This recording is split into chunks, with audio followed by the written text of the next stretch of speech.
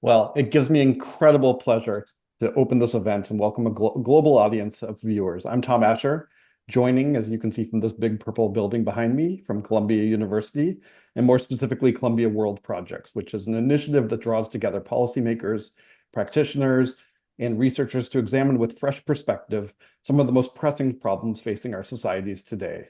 And given this focus, it only makes sense that much of our energies have of late been put toward understanding the stresses being placed upon liberal democracies around the globe and working with some of the smartest and most creative people throughout the world to identify fresh solutions to strengthening the institutions on which our systems of government rest.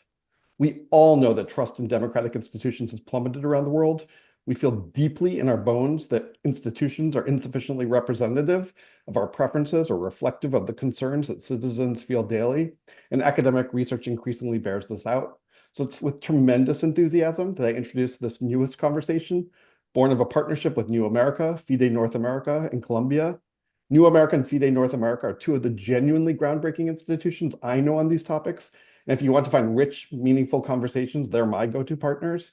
Today, we'll reflect on the rising enthusiasm evident in liberal democracies across the globe for deliberative practices in the form of citizen assemblies, which offer some real promise for addressing the breakdown of our system, and perhaps a pathway for more robust deliberative practices. And our moderator in today's conversation will help us explore that possibility.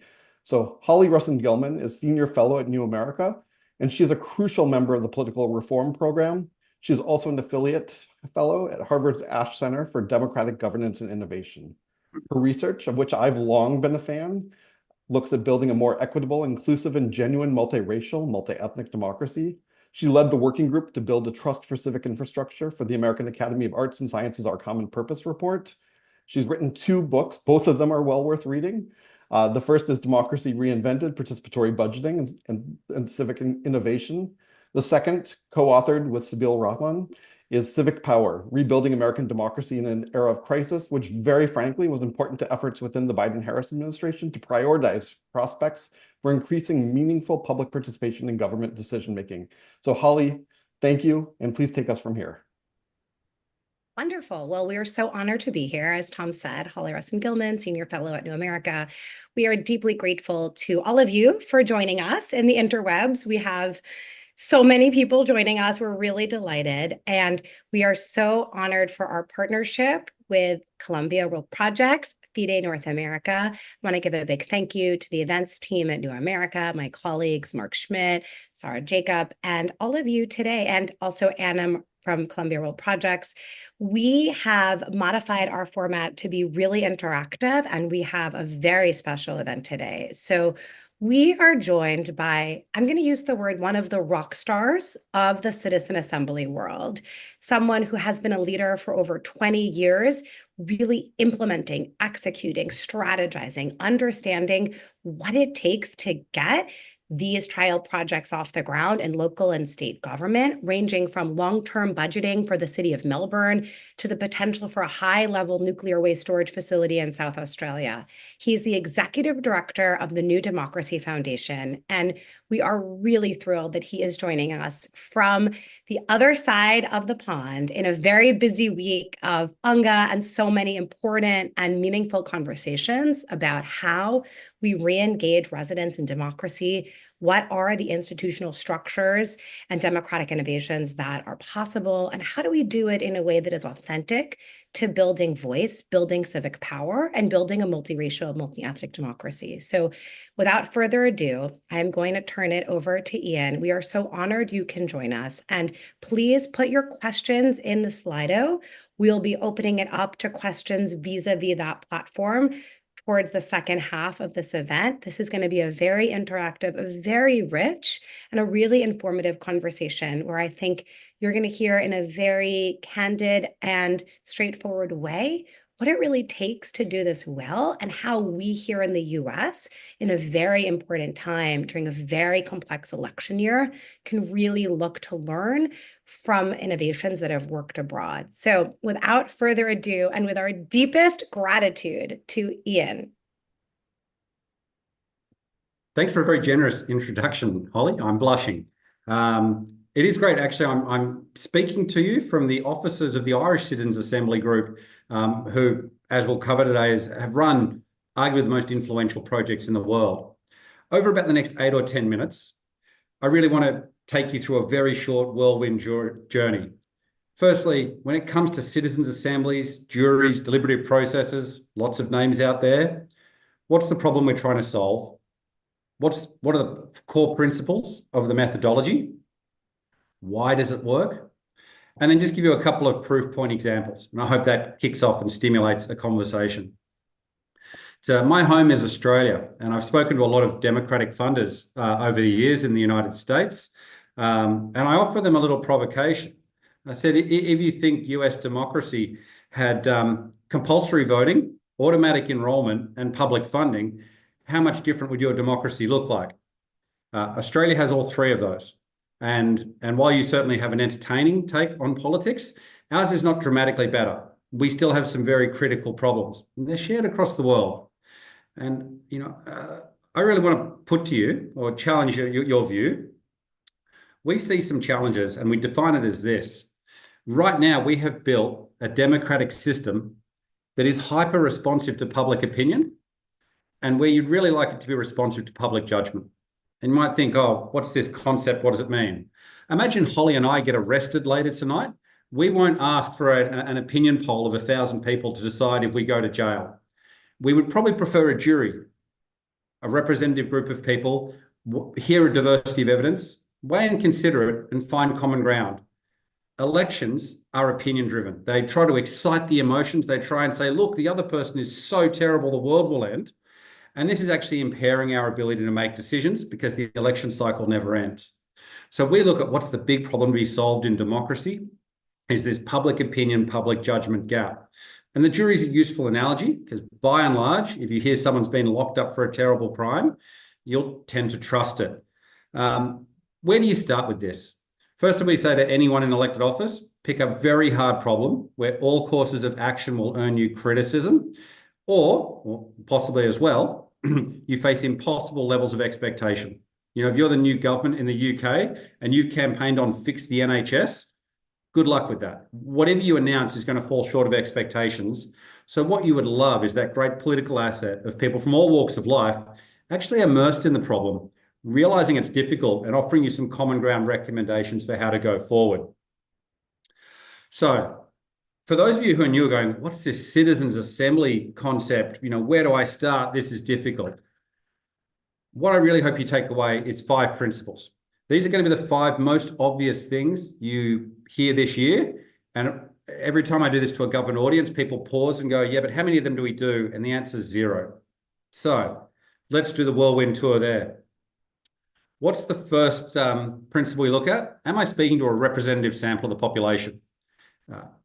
Again, if we did a jury and did it by self-selection, who most wants to be on it, it would be the defendant's family and the victim's family. And we would wonder why they don't find agreement.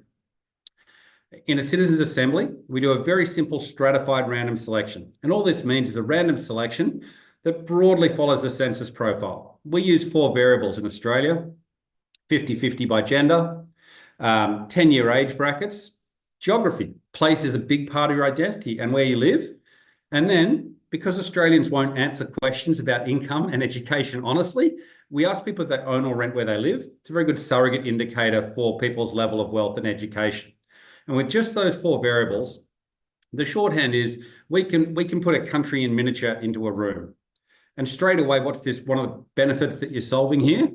Our society gets increasingly siloed. Putting rich and poor, putting old and young in one room has a benefit in itself. Principle number 2 is exposing people to diverse and contested information. Look online. I would say most online communication is based on 0 or fewer sources. Whereas what you actually want is for people to engage with information and understand the nature of the problem. You might say, we need to do more when it comes to public health. It's great. What do we spend today? And actually having people understand the trade-offs involved is very fundamental. Now, put the first 2 principles together. If you're going to take a random mix of people and you're going to invest them in a lot of contested information, you need time. The number 1 way to break these processes is to run them too fast. To give you a sense, Holly mentioned a project we did with the City of Melbourne to do public budget balancing. The city had overspent by 1.22 billion on their 400 million a year budget. Citizens spent about 45 hours, so 6 Saturdays all day, spaced about 3 weeks apart. Can you imagine how informed they were? They actually understood the services, the pressure points, and they were able to come to recommendations that they recommended. They made recommendations which came to about $970 million, and council acted on about $775 million of recommendations. So for a $350,000 process, and I speak in Australian dollars, so about nothing in the United States, but probably 240,000 US dollars, government was able to solve a $750 million problem. So invest in the time. The last two are kind of straightforward. Firstly, ask people an open question, don't sell them an answer. It's far better, instead of saying, here's our budget, tick it off, to say, how can we live within our means, and open up all the demands on services and get people to come back with their own free response. In our method, we literally have people self-write their own reports because of mistrust of government agencies. And lastly, if you're going to get a random group, if you're going to get them for all that time and reading all that information, if you're going to give them that hard pressure point of getting behind their answer, you need to pre-commit the authority of why they're speaking, of why they're coming together. So think of this as you'll get a substantive response from the mayor, the premier, I should say the governor, within 60 days. Your report's immediately public. You'll get an hour with the responsible ministers. This really connects with people. People are not feeling heard. This is the best way for people to feel heard. So I know what you're thinking. You're thinking, oh, this all sounds very pretty, but it's like the Mike Tyson statement. Everyone has a plan until they get a punch in the face. We're an organisation that takes the punch to the face. We work with politicians. We run live fire projects. So what do you learn? I'm going to relate a story that the State Department probably doesn't want to hear again, but I don't know if they're sitting on this call. When we first approached them for the Summit for Democracy, we said, we all have challenges making public decision-making, and we really think you should hear the story from Ireland. In Ireland, they wanted to reform abortion law. Okay, most of you thinking political degree of difficulty, 11. This is one of the most religious countries going around, and the church plays a very large role in public life. Oh, and by the way, they have a right to life embedded in the Constitution. By making a citizens' assembly central to what they did, talk myself hoarse. They made a citizens' assembly central. And interestingly, what those citizens, across 9 months, actually were able to lead the public debate. Picture what you normally have in terms of activists for and against to give an argument.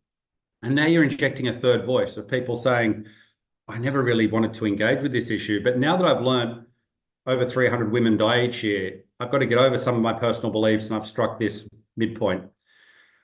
This goes into the why does this work? Who's the person we trust most in the world? People like us. It's people you meet every day that you'll bump into in the street. You probably trust your Uber driver more than any elected representative. You definitely trust the person at the cafe or the library more than any of them. So great, let's have a mechanism for substantively engaging them. Not shallow, not just I want you to sign an online petition, something like the criminal jury where it says, we take you seriously. There's a formal response mechanism and it's going to count. When I told that to the State Department, they said, we can all make up examples. It's not like that would happen. Please go away and Google it. And the interesting counterpoint there is both sides of politics were actually very concerned by the recommendations that Assembly reached because they thought it was so far outside what any of them were considering. That referendum passed 67-33, which many will know that is not how referenda tend to go. Over 40% of exit polled voters could name something the Citizens' Assembly said. It's a novelty in politics which makes people look. And to round out, it's not just the Irish. The German Bundestag is committed to 3 projects a year. The French President Macron is now doing a project at least every year. Recently did euthanasia, has previously done environment and climate policy. The UN Democracy Fund, part of the reason there's not a speaker next to me at the moment is that they're talking about this at the UN General Assembly. In Australia, our work with city budgeting has led to states mandating this. Once every 4 years, the long-term financial plan must run through a project like this because regular people are great at it and they don't have the impairments on judgment that people in elected office making a lot of promises do. So what I hope you've seen today is the kind of problems we want to solve. Ultimately, we solve a problem with public trust by giving people a substantive role so they'll stand behind it. Hopefully, you've got a sense of the principles. We can design a lot of things, but random representative groups, diversity of information, abundant time, open question, pre-agreed authority, that's what you want to be having front of mind. And hopefully you've got a sense of this is now happening all around the world. And hopefully in the United States, it's a conversation you're ready to start. People like Holly, people like Marjan from FIDE US are your first point of contact because they're plugged into a network of about 60 organizations like us around the world. So with that, I'll draw breath and hand back to you, Holly. That was fantastic. Take a water break. Yes, as Ian mentioned, there are conversations this week. I was part of the Summit of the Future over the weekend where there were conversations about what a global citizen assembly could be. Ian, I mean, I'm so energized and grateful for your comments and contributions to the field. I mean, I think you just have been one of the leaders really shepherding this. And the US, we love Australia and we love Simon Baker, Nicole Kidman, like we avocado toast. I mean, we love to learn from what happens in other places. So I wanted to just sort of double click on a few things. It was very interesting to me how you kind of identified multiple levers that this is trying to hit. And so maybe we could try to deep dive on a few of them as we think about the strategy for the US, right? Because you're mentioning the trust. I think that was very powerful, this idea that we trust our Uber driver or the barista more than our elected officials. So maybe talk about like examples or how you've seen this on the trust level. Then there's sort of this misinformation, disinformation that I think maybe gets lost in these conversations around citizen assemblies, that part of what we're doing here is sort of, I've done a lot of research on participatory budgeting, another example where you're taking something from the global South, trying to bring it here to the United States.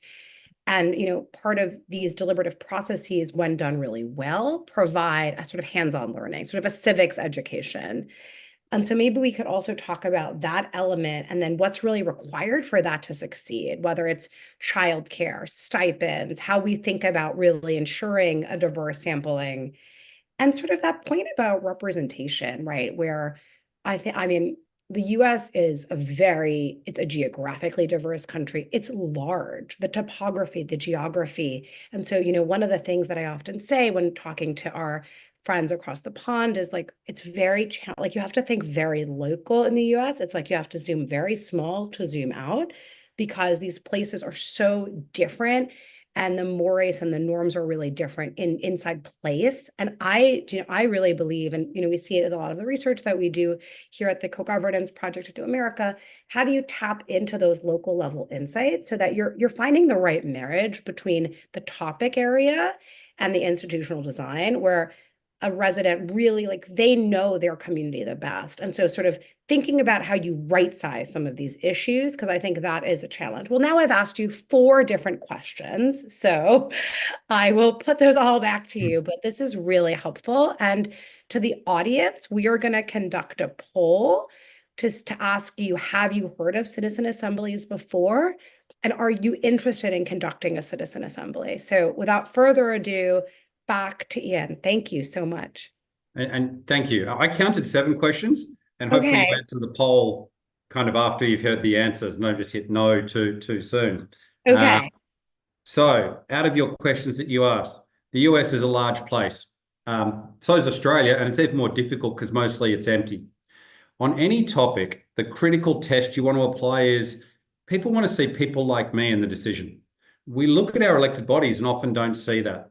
So a simple example I'll give you, if we were to do an energy topic in Australia, Melbourne is kind of like your San Francisco. It's nicknamed, it's below the quinoa curtain. Equally, the far north of Queensland has more gas than Qatar. So I can't just do a grouping across Australia because people in Rockhampton in North Queensland, they want to see high-vis guys like them in the decision, and same for certain other places. That doesn't mean I've got to be in every town and city. It means I've got to be thinking metropolitan, regional, rural, tech economies versus agriculture. Think of the aspects of identity that are someone, all you're really trying to pass is that, yep, you've got someone like me in there. if the US was to take on, I always love the gun laws example because it fits that. You can never even talk about it topic.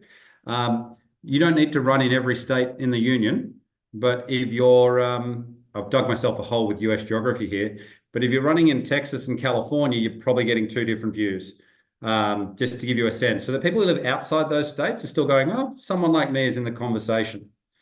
That bridges to your question around how do you achieve public trust. This is the single hardest thing we do, which is elected representatives who have a problem, their advisors will sit around them and say, well, let's wait to see the results and then do the press.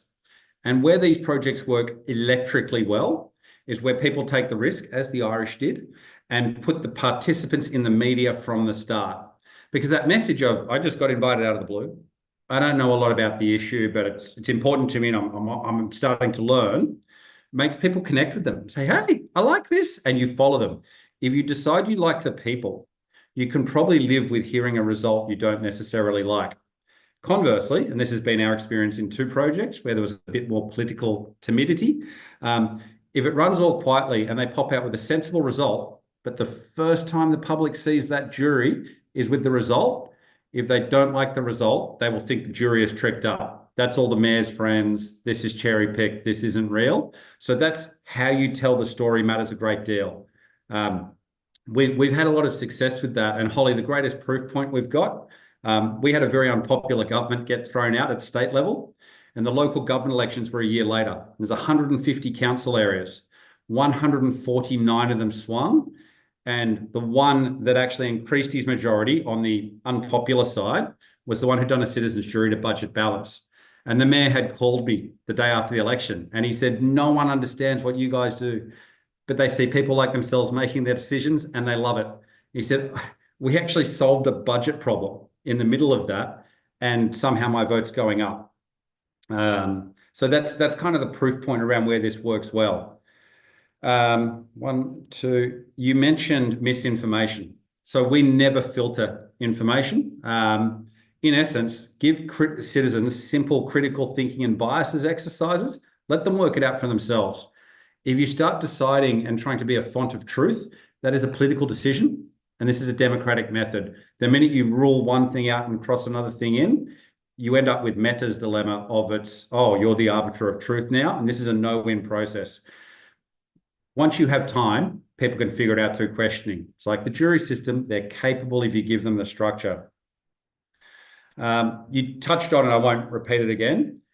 There's no right answers in this. And where people can go astray in a couple of countries is they do it thinking, oh, this will land on my perfect outcome. The Irish process would have been a good one if they rejected the abortion proposition as well. The win is that the government felt confident to discuss it, that you change the tenor of debate by knocking out the worst ridiculous arguments at each end and actually having a debate with nuance. Because fundamentally what the Irish group did was said, in these 6 scenarios, it should be legal. In these 3 scenarios, it shouldn't. So a government was able to say, well, if this referendum passes, we'll broadly follow that. How would that normally have gone? You pick the worst argument on each side and you just keep hammering it. You mentioned lastly the diversity question. I remember my first project, and I asked the academics who sit behind me, should I have self-identified ethnic background? Like Sydney is the second most multicultural city in the world, I think alongside Toronto. And the answer was no, because people are generally equivalently interested in the world around them, as long as we remove the barriers. We pay. So we pay anywhere from 140 to 200 Australian dollars a day. So 100 to 150 US dollars. And we give people lots of notice. So your invitation will come to you 6 weeks before the project starts. So if you need to change a shift or get daycare, you can solve for that. We have consistently seen, we've never seen a distinct bias. And in fact, the most common comment from elected reps is, I've never seen these people before. And I've never seen such a diverse group unless we have our multicultural day to actually just have regular engagement hitting the population sample. And it comes from the fact that people see a genuine opportunity. So that's my long answer, but you asked a lot of questions, Holly. Those are great. And you really kept track of them. And now I have another 3-point question. And thank you all in the interwebs for conducting the poll. And I also would like to invite our audience to submit questions. It could be anything, Australian geography, any questions you have. We're going to turn over to the audience questions in about 10 minutes. And there's so much here. Again, another 3-pointer, so I apologize. I'd love maybe you could walk us through the Ireland example and sort of maybe walk through sort of, you're right in the middle of it, literally right now. So I think that would be really interesting. The other thing you said, we did a case study on one of the first citizen assemblies in the US in Petaluma, California. And we spoke with Peggy Flynn, who was the city manager there. And, we talked to her a long time about how you convince people to pay for these things, right? And so you were saying it's pennies, right? And especially if you convert it. I mean, and it's something we see time and time again, and that, we're often saying good engagement as well. It costs money. And, we pay for things we prioritize, and we have to prioritize engagement.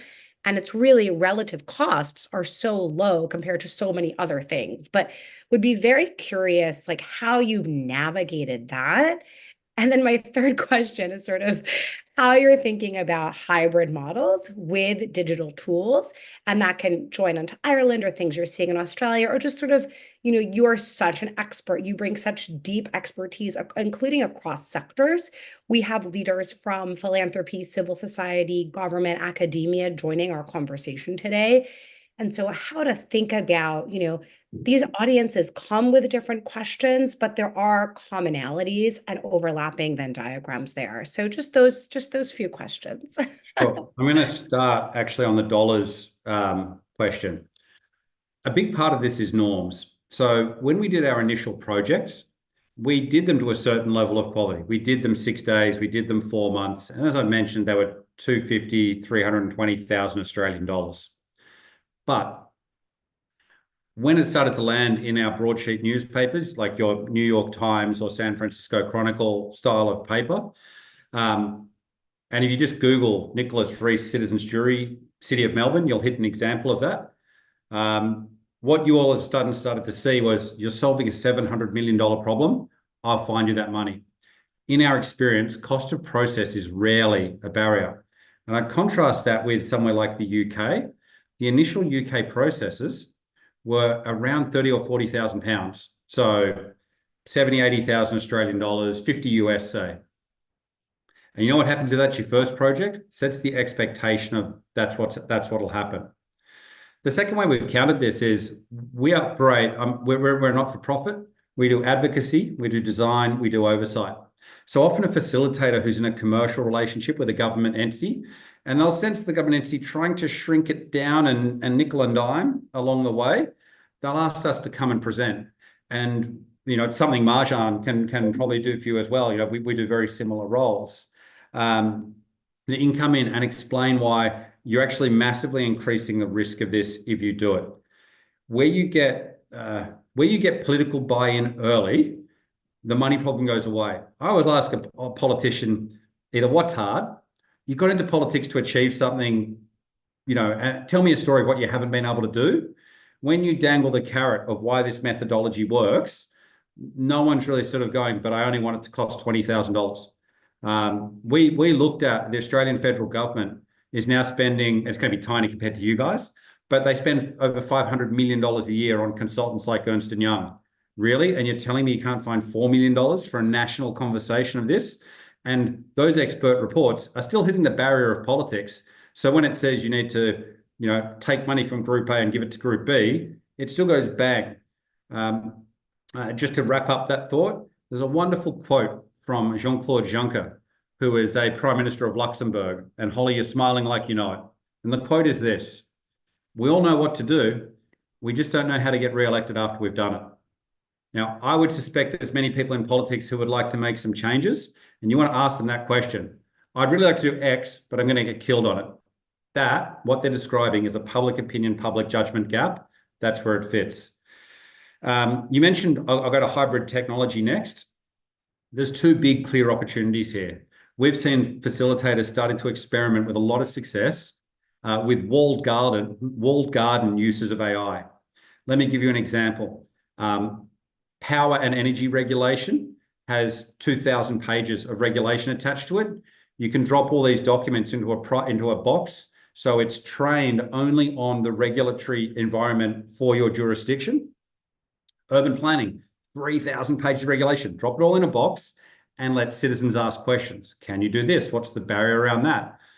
We know we can get citizens to read a lot, but highly technical regulation running into thousands of pages, you're hitting limits. AI can help you solve that problem. And the second one's super obvious. The second one you're going to love. We used to be constrained. When we ask people to make an informed decision, what do you need to know? Who do you trust to inform you? You can't just push information at people. You've got to let them control the sources. Well, the magic of Zoom now means that I can be in a discussion about urban planning in Sydney. And if someone says, well, there's a little village in Helsinki that does this really well, our ability to get the expert speaker on Zoom for 40 minutes talking to that group for no cost is amazing. So I'd encourage you to think of technology in that way, and perhaps a little less in terms of, oh, I can do it all online. You don't save money and you lose a little bit of tactility. You can do 20% of your sessions online, great, but you really want to get that social environment of people in one room to solve the bigger problems. Lastly, and I'm mindful of time, Holly, but the Irish example, I think the most important extra detail to add, because it'll hopefully resonate for some of your own, the folks on the call, their own situation. Issues just tick along and then boom, they catch fire. Ireland had a major financial crisis, as you'd be aware, in 2007. And the government had come in and run a citizens' assembly on, what do we need to change about the Constitution? And there was one thing they did that all of the purists like me looked at and went, why'd you do this weird thing? They ran 66 regular citizens blended with 33 politicians from across the aisle. Now, no one would have recommended this. And when I first saw it, I had a chat with the team here in Ireland and was like, what are you doing? And they're like, political compromises get made. They just wanted to do this. It's the single smartest thing they ever did. Because what you actually experienced then was a two-way trust building exercise where politicians could see that you could actually get a real representative group of people together, and also that the citizens could see that politicians were reasonable. I have a strong suspicion I've dropped out. Holly, can you give me a sign of life? Oh, it's Holly who's dropped out. So I will continue on.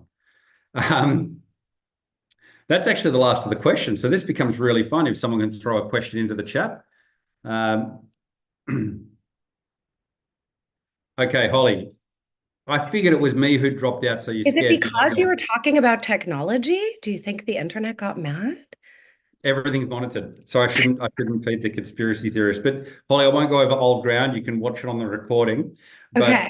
the last part of Ireland is because their constitutional convention had built so much trust on both sides of politics by letting politicians experience it sitting at the table with citizens. They hit a blip just where something became a news story one day. A pregnant mother had died traveling for an abortion procedure into London, had died on an aircraft. And it's one of those stories that just connects. And they went, oh God, we need to do something. And they had the experience of, now we have a new technique that we can let citizens use. There's 90% of what we do is preparation, of letting politicians know that this option's available to them. But the best projects come when something really difficult just flares up and you can step in and say, we have the expertise to design this. So have we got more questions, Holly? Oh, we have more questions than we have time for. And that was fantastic. Because you were mentioning a few things and it really ties into some of our questions. Thank you so much, audience. Oh, wow. There's so many good questions. Where did the idea for citizen assemblies originally come from? Are there any historical examples or practices that inspired you? Maybe I'll put a few in, Ian, if you don't mind. This is one of the great flukes of our time. It's widely agreed that it was concurrently conceived in two different places within a month or two of each other. And the two people who came up with it shook hands and said, well, Really? I've never heard this story. Tell us everything. So Ned Crosby Ned Crosby, well, I can't say everyone's nodding because I can't see people, but Ned They're all Crosby came up nodding. with this concept at university and said, well, We trust the jury system. Why wouldn't you try Yeah. it? And Peter Dienel in Germany came up with the planning cell model, looking at planning is always contentious. What's it going to do? I need to put the community in one place and have a long conversation, not a short one. And that's the genesis of it. But really where it got popularized is your real landmark was the British Columbia Citizens Assembly Yeah. on electoral reform. British Columbia, right? Yeah. British Columbia, which was one of the icon projects, which happened to be attended by a number of Irish academics who then, as Ireland hit its crisis, they said, hey, we've got an idea. There's something we want to try. And then along the way, I think the other icon dates are, if I summarize 13 years into 30 seconds, my experience with dealing with politicians has been, there's no problem with democracy. We had a Marie Kondo period of prime ministers. They no longer sparked joy, so we threw them out. So we had 5 in 5 years, and the needle moved. It was like, we've got a little problem. Then we had one of the most successful, intelligent, well-spoken, erudite prime ministers.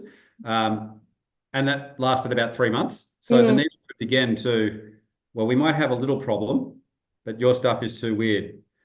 Then the Irish addressed abortion law, and politicians left and right in Australia lean back and go, that's more difficult than anything we do. We think our issues are so difficult. I would not have taken that on. And that is from the conservative right to the more extreme left in Australia will land on that and go, the value of a democratic innovation, academic papers are lovely, but what works in the live fire of politics makes us look, and we just keep telling that story. They take on hard issues in Ireland. That moved the needle again. And that's why, one of the enthusiasms here is start with really difficult problems. Ireland didn't start with a tentative little piece. If you take on the big, difficult problems, it makes a heck of a lot of people look at it and go, oh, I actually do trust that more than the way we normally do things. This is fantastic. I didn't know that story. That's very interesting. I skipped a lot of steps, Holly. I know we've skipped a lot of steps.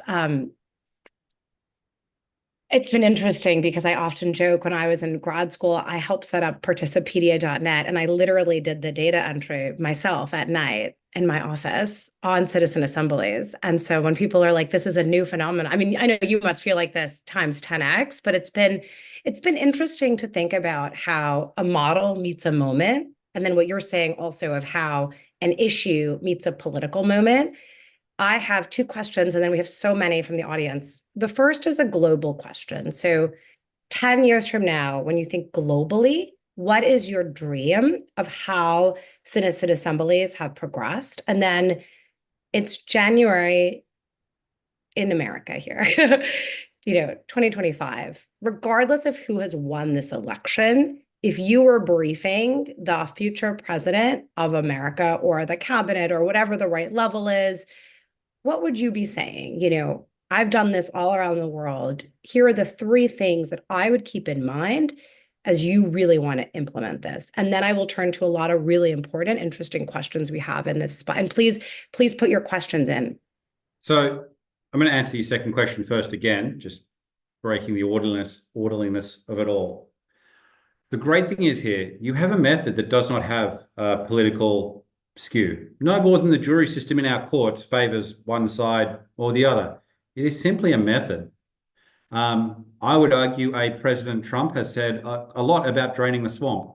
Well, if you want to do campaign finance reform, nothing could be purer than getting away from the lobbyists and the big money than to convene a random cross-section of American citizens and bring them together and say, how should we pay for our politics?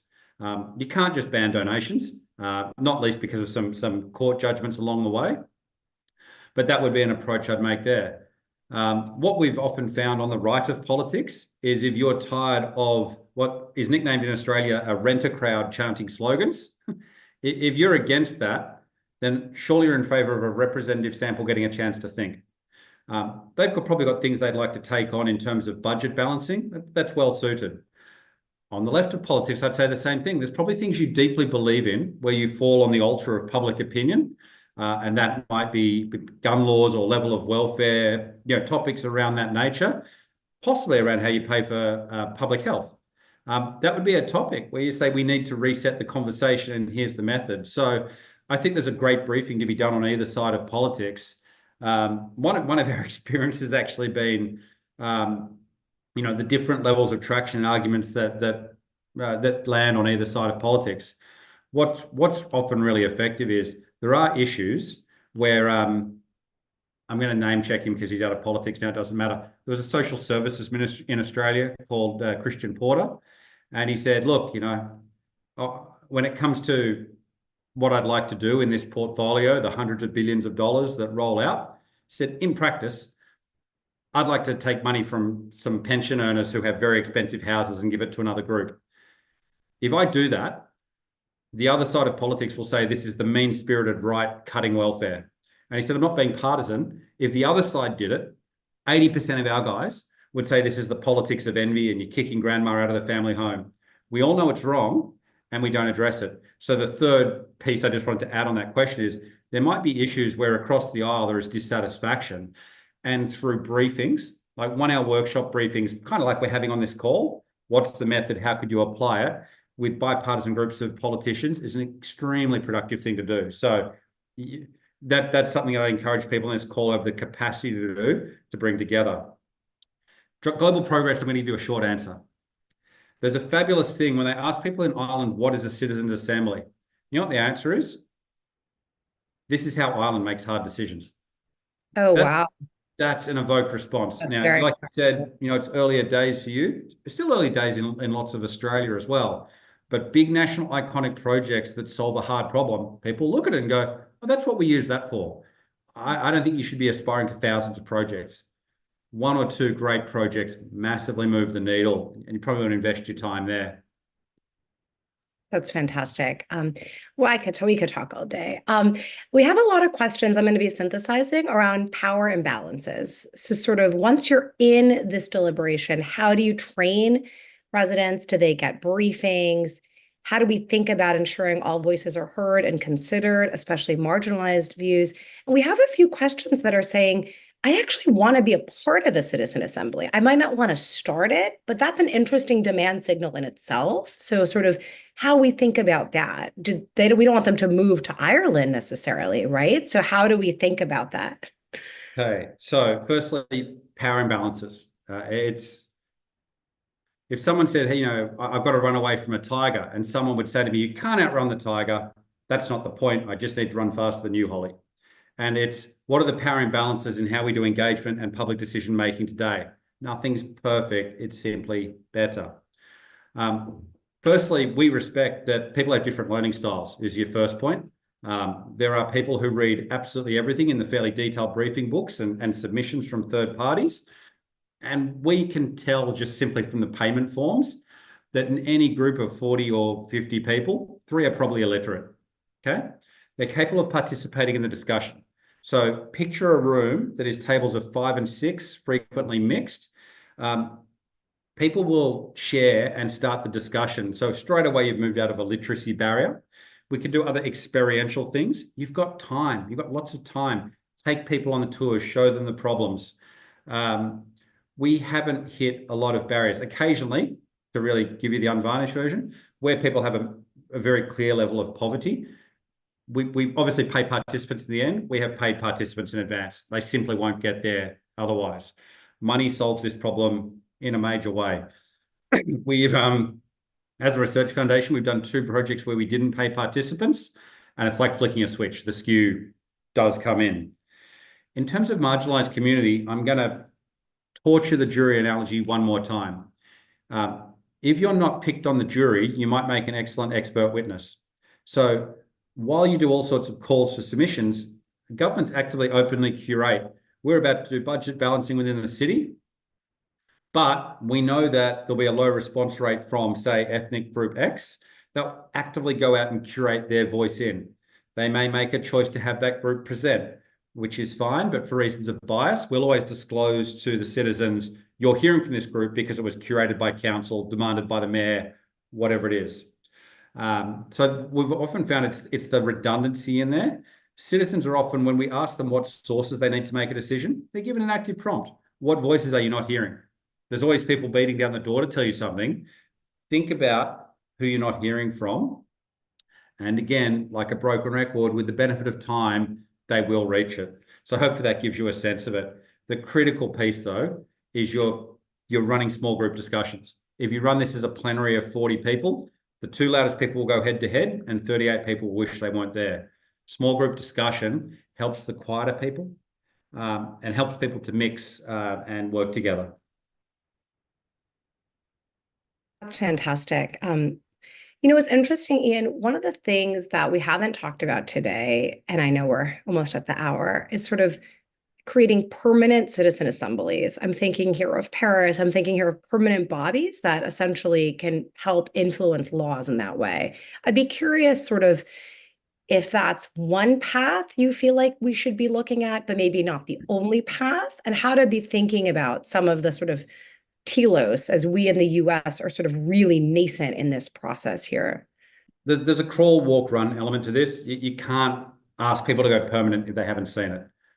Run a great project, and that's milestone, base camp 1, run a great project, and then you'll see the next problem to solve from there.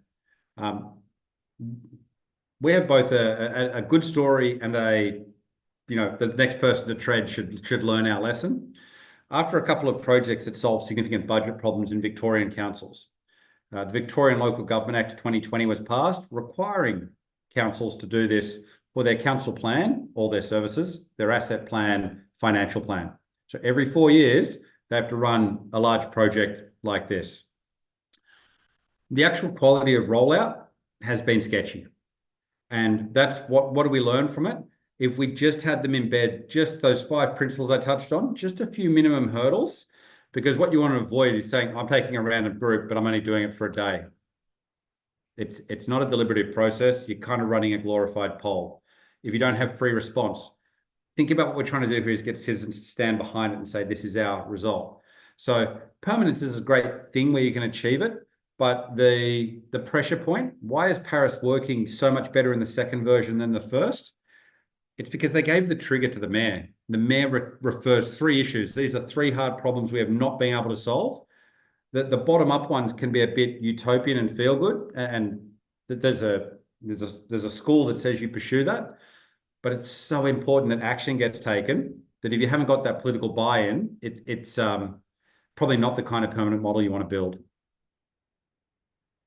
It's really interesting. Yeah, the crawl, walk, run. We have a question that is sort of intriguing about the relationship between citizen redistricting commissions as a form of deliberative democracy and how to think about that distinction and the common overlaps as well. Yeah, I believe it's Michigan who uses a version of this format, and it is close to it. I think it's a great example. What do you not trust the bureaucracy or particularly politicians to do? That's a great trigger for it's substantive, it's meaningful, you're solving a trust problem. So I'm not sure if there are more specifics to that question, but where that's a source of contention, it's a great starting point. Yeah. It's interesting. I mean, I'm taking so much from this, but one of the things I'm taking away is sort of the need to like be bold. And so, it's interesting how you marry that vision and wanting this sort of the grand question with sort of marrying it with people's hyperlocal expertise, right? In the US, you're seeing assemblies that are really contained to localities, right? We're seeing this initiative in Bend, looking at housing insecurity. We're seeing issues like that, which has always made sense to me as a way that people can really be hyper-local experts. But maybe what you're saying is like we need to think in a more, I don't know, a high-level strategic way, or there needs to be greater coordination. I mean, I guess I'm trying to marry what we're learning from you here and then how we can think strategically about the next steps. I sort of know what you would say on the executive level, but what would you say to a group of city managers, to a group of philanthropic donors thinking about this? The local projects are massively useful. My dad was a local doctor, and he said the great thing about being a doctor is you bury your mistakes. Whereas in deliberative democracy, these examples will get thrown back at you a lot. The number one thing I'd say to people starting a local project is it should be a hard decision. You might be in a 50, 70, 100,000 per population area. You don't want to do a deliberation on the future vision or maybe where the bike paths go.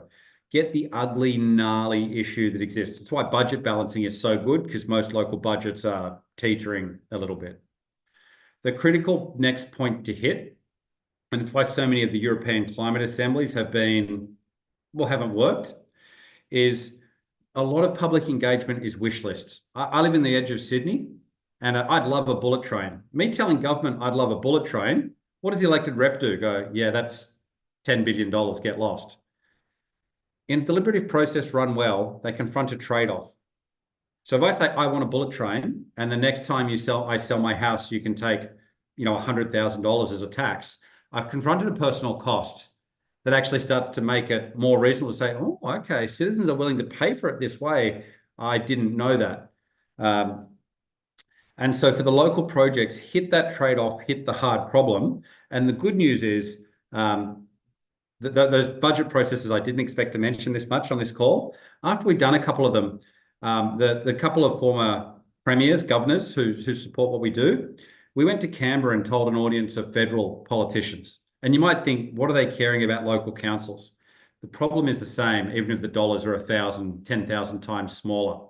And when we explained a council had come in and elected officers had made a heck of a lot of promises they couldn't pay for, there were politicians across the aisle saying, well, thank God that would never happen here.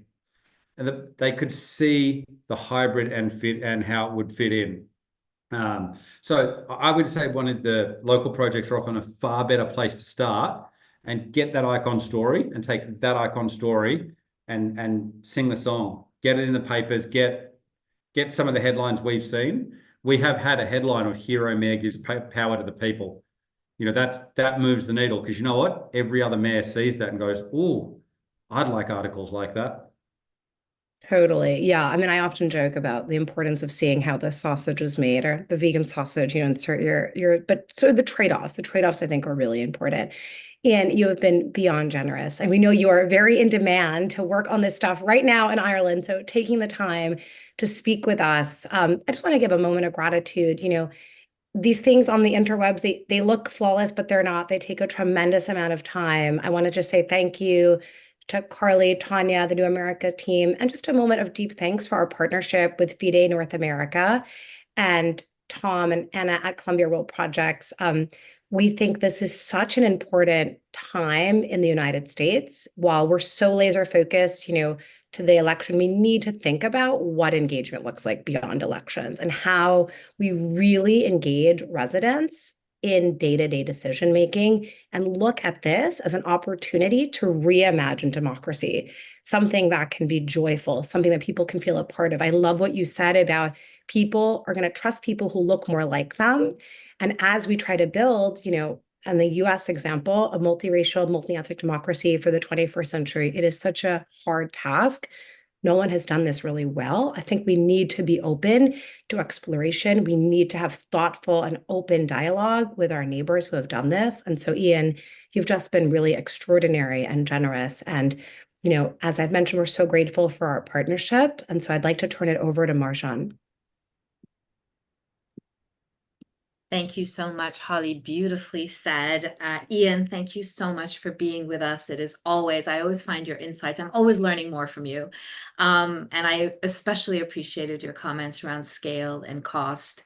Thank you for being with us today. Holly, Tom, the team at New America, as well as Columbia World Projects, it's been really wonderful working on this partnership with you, and thank you so much. FIDE, so the Federation for Innovation and Democracy North America, launched earlier this past year, and we build on the great work of our colleagues in Europe, based in Brussels, and they've been around for about 3-4 years. The work that we do is really kind of fourfold, I like to say. We do a lot of advocacy, a lot of awareness raising, both at the local level, at the state level, but also at the national level, working with federal agencies.